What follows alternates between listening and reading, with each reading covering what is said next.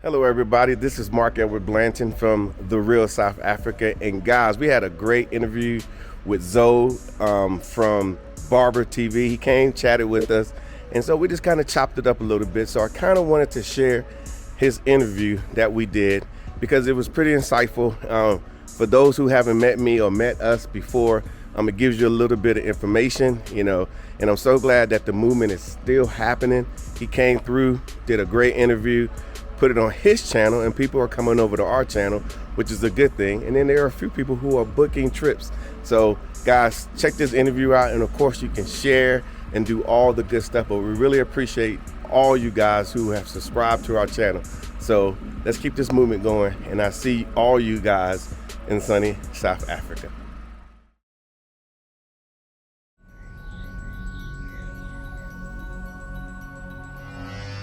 Once again, it's your boss, International Zoe. We are now recording. The red light is on. I'm sorry, Mark.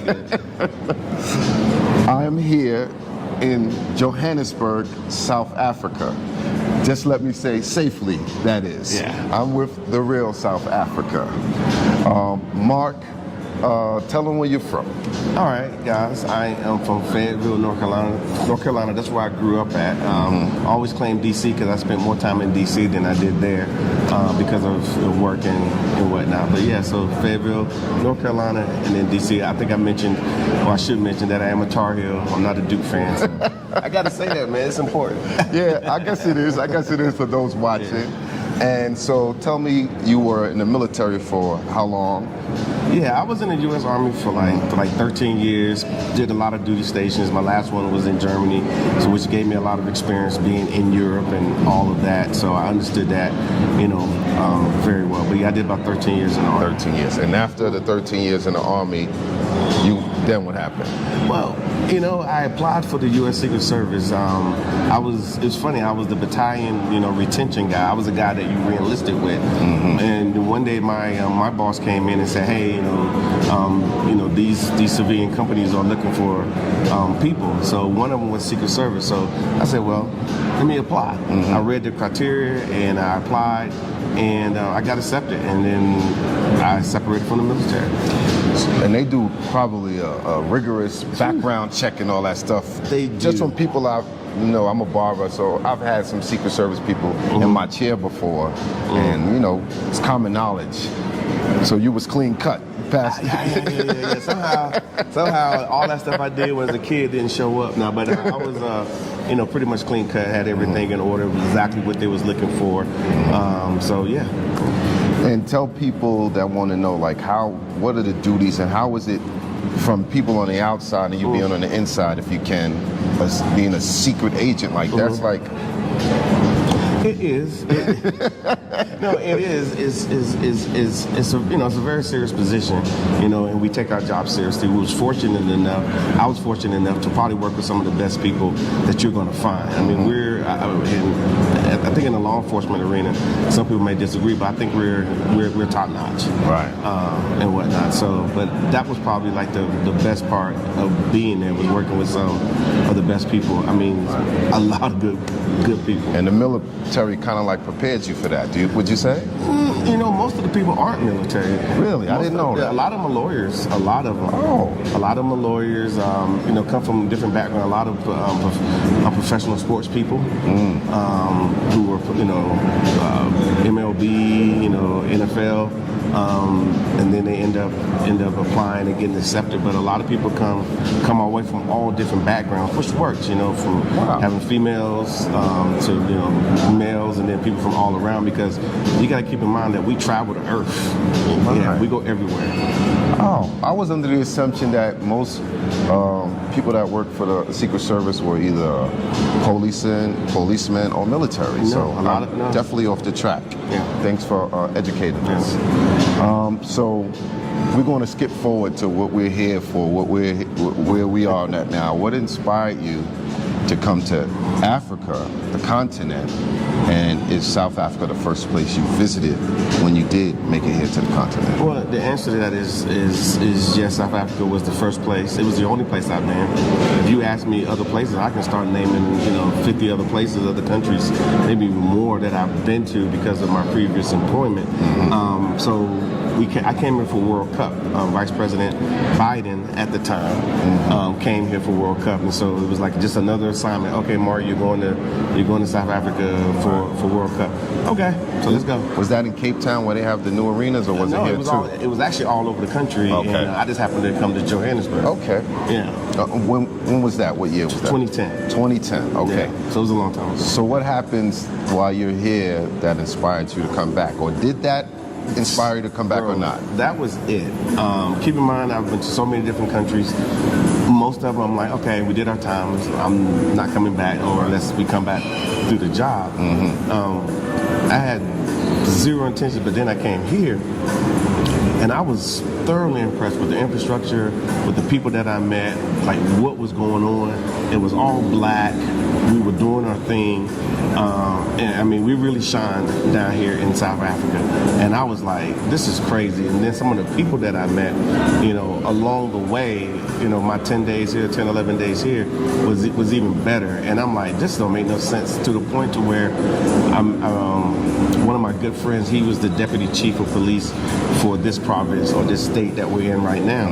And he was like, Mark, you need to come back. You need to come back. Look, I want to host you. I want to show you what we do down here, because I was just impressed by what I saw and the people that I ran across. Right. Yeah. And that's 10 years ago. 10 years ago, yeah. I'll definitely, the first thing I noticed when I touched down, because it was in the evening, was the beautiful sunset.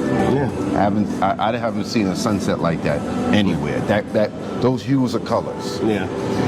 So, when did you come back after that first trip? When was your return? Because that means a lot about sometimes an impression a country makes on you, how soon you return there. Yeah, it didn't take long. I think the next year, so me and my wife, she had never been here, and she got tired of me talking about it. Oh my God, South Africa this, South Africa that. When I was in South Africa, the food, the this, right. those sunsets, those purple hues in the sky, it's incredible.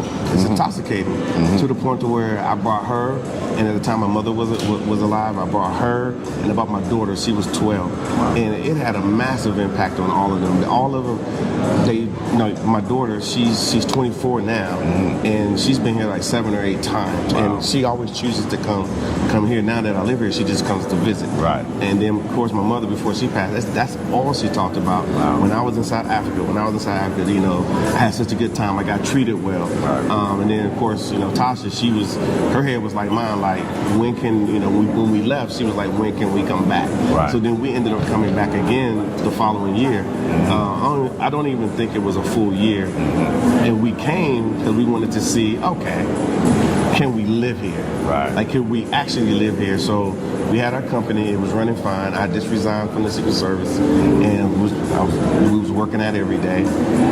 So we decided to take 2 months, and we went to Cape Town. Never been there. Didn't know anybody. Didn't tell anybody we was going. We just went, and we spent 2 months there, and we learned a lot about South Africa in Cape Town. What was your misconceptions about South Africa before you got here? Did you have any in your mind that erased within those first 10 days? Well, yeah. First of all, most places that I've been through in the world there are what you expect. When you land in France, no matter where you go, you expect a certain thing. When you're in Italy or Italy, you expect a certain thing. When you're in South America, you expect a certain thing. So my intention was, when I came here, I was like, oh my God, this is going to be a mess. Because actually nobody really wanted to come. Wow. Nobody wanted to come, so they was like, okay, well, you got to go. I'm like, okay, you black, you got to go. Yeah, basically. I didn't want to say that part, but that's what happened. Right? So I ended up going. And so I had probably the common misconception that there was nothing here. It's going to be a bunch of dirt. Am I going to be able to eat the food? It's just going to be a bunch of poor black people who don't have anything, and I got to sit there and look at them. That's basically what we thought it was going to be. And again, every time we get on a plane, we always get a State Department representative Briefing? A briefing. It's a State Department briefer comes and he starts to read this, and this. Now, when we went to Moscow, they were spot on. When we went to Moscow, it was exact. I mean, people were following you around. You couldn't do anything. It was like you would expect, but South Africa was nothing like I expected. When did you decide that you were gonna stay here? You came back the third time and stayed 2 months. Yeah. How long did it take for you to say we're gonna move here? Well, honestly, it was during that trip. It took us a while because we had a company. It was running very well. We was actually growing it. We was doing very well. So we couldn't just leave. So our plan was to build the company in a way to where we didn't have to be there. So we had everything was electronic. So we can see when patients check in. We can see when co-pays were taken and so forth. So we have full intentions probably in 2013 to say if we can punch out now, let's go punch out. And keep in mind at the time the exchange rate was like 8-to-1, 9-to-1, and we thought we was balling out of control. Right now it's 15 and a half, 16 to 1. To 1. So I think I made a good bet. Overall. Yeah. So physically you moved here when? We moved in 2018. 2018. So this is before COVID. Did you stay here during COVID? Yes, that was probably the best move I could have made. Yeah. Tell us about that. Well, it's funny. We was in the U.S. We were doing a travel show in D.C. And then the COVID thing they was talking about it. And then we were supposed to go to Philly, and then they ended up canceling that. And so, I mean, it was spreading like pretty quick. So we barely got out of there, out of the U.S. You said we got to get out of here, right? Because all our stuff is there. We were entrenched in South Africa, and so I can't remember the date, but the one day prior for them to just lock the gates. Right. So when our plane landed, we landed like 4 hours prior to them saying nobody's coming in. Wow. So South Africa did a hard lockdown, a super hard lockdown. Right. There was no play, no nothing, because they've been through things like this before as an African continent. So they know what to do. So they locked everything down. You couldn't go outside. Only can get essentials, hospital essentials only. Right. Everything locked down, and I think it was an extreme success simply because when it was time for people to start coming out, then we started doing social distancing, doing our hands. I mean, even today they still have some minor measures in place, but it was interesting. But I think I would rather have been here than watching the TV, because we watched a lot of U.S. TV because of streaming services. Right. Man, it was bad on that side. It looked really bad, and people were still out complaining about wearing a mask, and we're like, it's the freedoms of America. Yeah. So everything the president put out, once he put it out, that was it. Right. And nobody felt like they needed to go against it. Right. It was like, the president said we're wearing a mask. The president said that's an American thing. Yeah. We can't do this, we can't do that, and we followed it. Right. I mean, some people did pass, but a lot of people probably survived simply because South Africa just decided to take the lead in this thing, and let's do what we got to do. Okay. Now tell us about where you have lived or have visited in South Africa. What are your favorite areas, and what do you suggest people see when they're here? Well, it all depends. I mean, I think South Africa in general, for me, it's going to sound biased. Everywhere to me is my favorite. We got the deserts, we got beach coastline, Atlantic coast. Tell them where those areas are. Okay. Where's the beaches like Durban and Cape Town? Yep, Durban, Cape Town. Then you have Port Elizabeth. You got East London. You got PE, which is what we call Port Elizabeth. They changed the name, but I can't pronounce it. I mean, along the whole coastline, there's beautiful beaches. Yes. That you can go to. You can go all the way as far north as Port Elizabeth, and so I mean that's a lot of beach. I mean, South Africa is the same size or similar size to Texas. Wow, that's huge. Yeah, so it's massive. Right. I mean, I love. I mean, my favorite place is Johannesburg for the diversity, because you get everything here in this city. You get all the cultures, all the people, and you can experience it all the time. And then, of course, for me, my second is Durban. It has a serious vibe. You got the Indian Ocean, stays warm most time of the year. And then, of course, all the other parts of South Africa. And one thing that people don't get is the fact that even we got the bigger cities, and we got a lot of bigger cities. You know, you got some of the smaller cities like Polokwane, which has a lot of culture.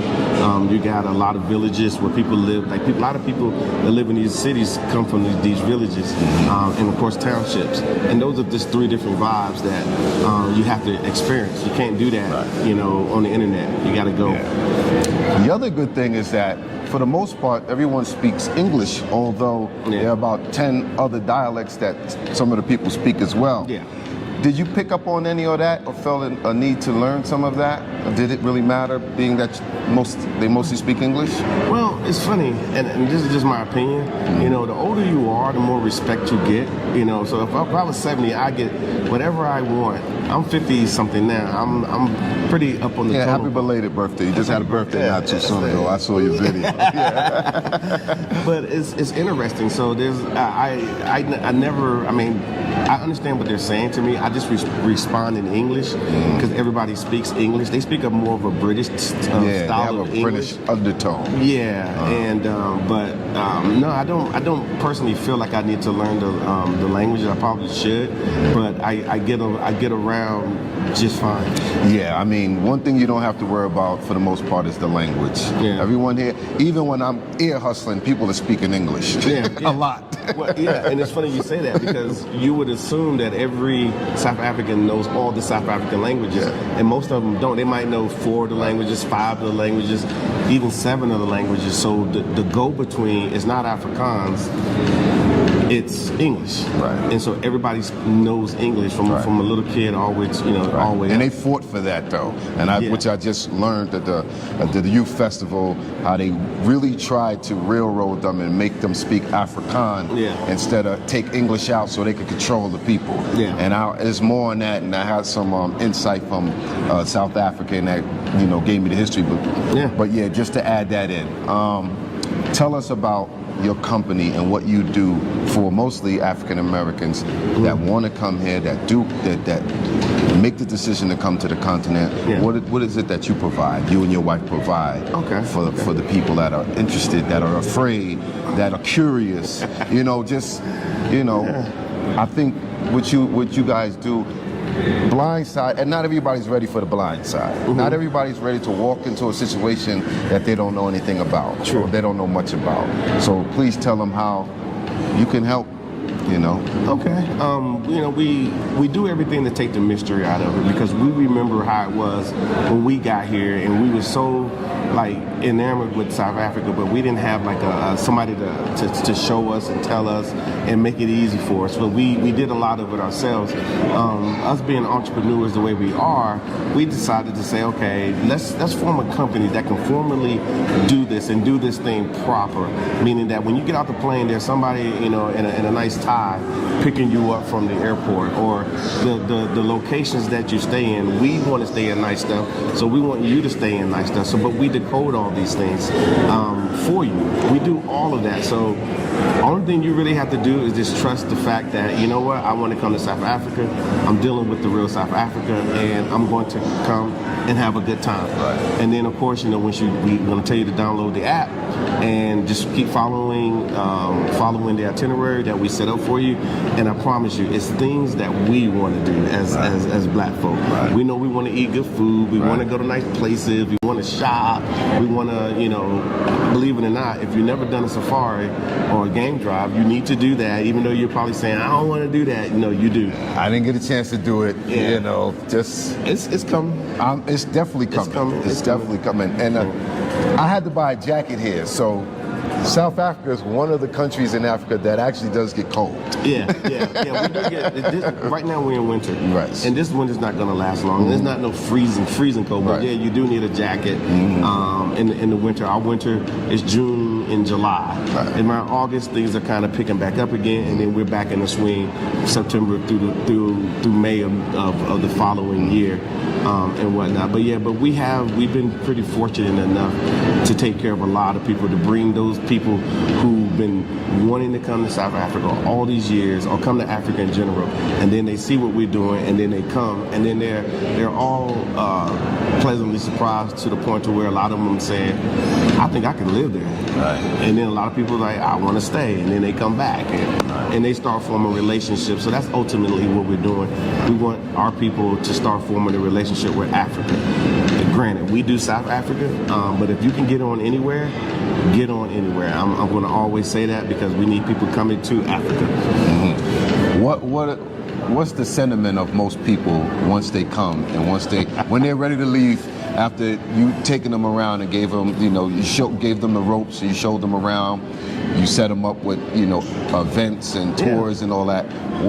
What's the sentiment at the end, do you know? Yeah, some people feel in the end they don't. Nobody wants to leave, not one soul. I've never had anybody say, "Oh, okay, my time is up, I'm ready to go."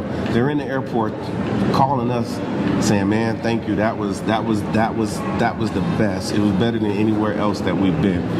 We wasn't on a resort, where you just get kind of locked in for a week and then you come out. They got a chance to be amongst the people. I think one of the best sentiments is that they get the chance to meet South Africans. Like I think you said earlier, you just happen to run across somebody, and it's like that.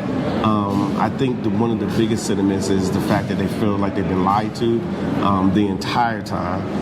They were expecting one thing, even though they may have seen one of our videos, but then they come here and they said, I've been lied to.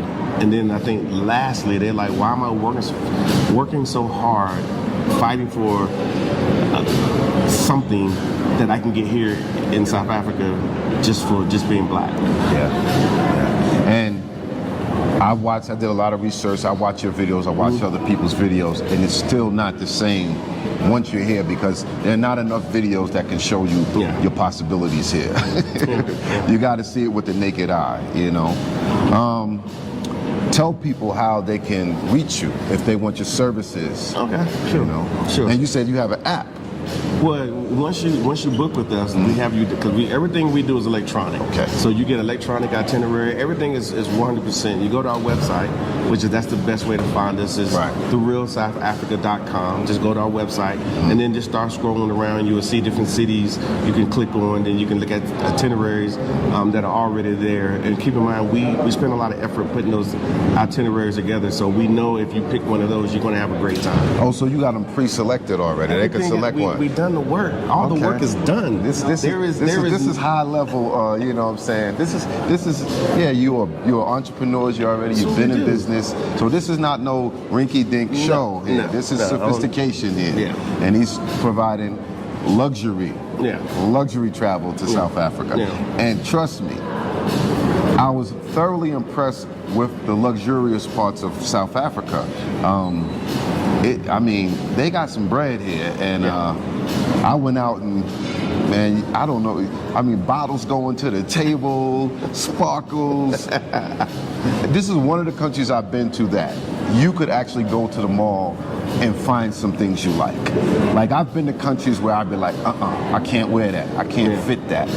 They have enough luxuries here that, I was in the Sandton Mall, and they got, I'm just saying, from top to bottom, it covers everything.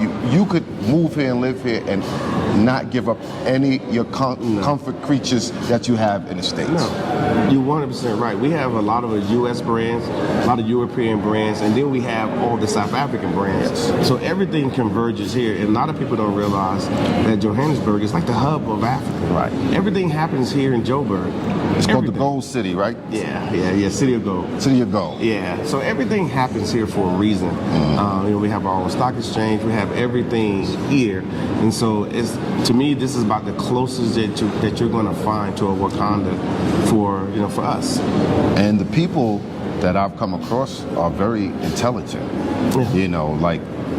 So I was telling my friends, people talking about, finding a wife in another country and all that. And I was like, this is a place that you could find a mate, that Easy. could bring something to the table. Yeah. Whereas some of those other places that brothers visit and they talk about finding a mate, and I'm like, those are going to be places where you're going to have to take care of somebody. Yeah. For the most part. And it doesn't matter if they are educated, it doesn't matter if they're a lawyer or a teacher, you're still probably going to have to take care of them. We're here, you know, they got some education and they got some money. Yeah. Now, people are doing very, very well here, and the people that haven't arrived yet here in South Africa, I can say the middle class is massive, and the upper class is getting bigger every day. I mean, they move exponentially in that department, and I can say I've been in the U.S. and I mean it's taken generations to move as fast as these guys have been. In 10 years here, they are just. And the good part about it is that we can all be a part of it. It's not like they don't want us here. They actually do want us here, because they want us to equally partner with these guys to say, okay, if we're going to go to the next level, they know they need their brothers and sisters here in the diaspora, and so they're excited to see that when we show up, because the problem is they always say, where are the African Americans? I haven't said my brother, my sister so much in my life. You know what I'm saying? Like everybody that I'm mostly coming in contact with is my brother and my sister. You know what I mean? So it's I've been feeling good saying that all the time. Yeah.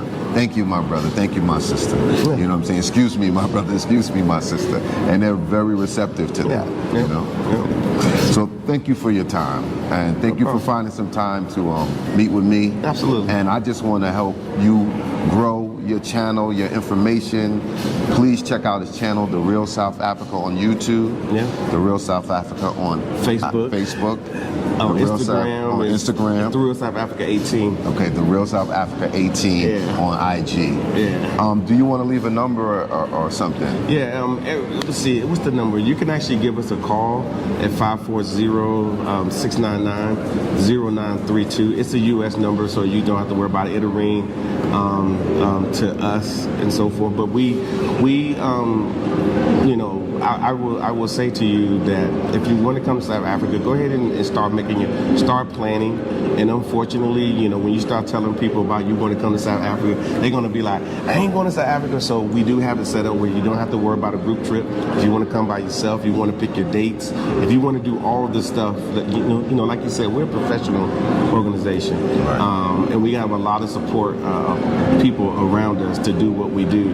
So if you decide you want to come for 6 days just to come see for yourself, we had one lady come for 3 days. Wow. She was like, I just want to come. I just got to see it. Right. And she spent almost as much time in the air than she did on the ground. And she didn't sleep much, but she had a good time. Yeah.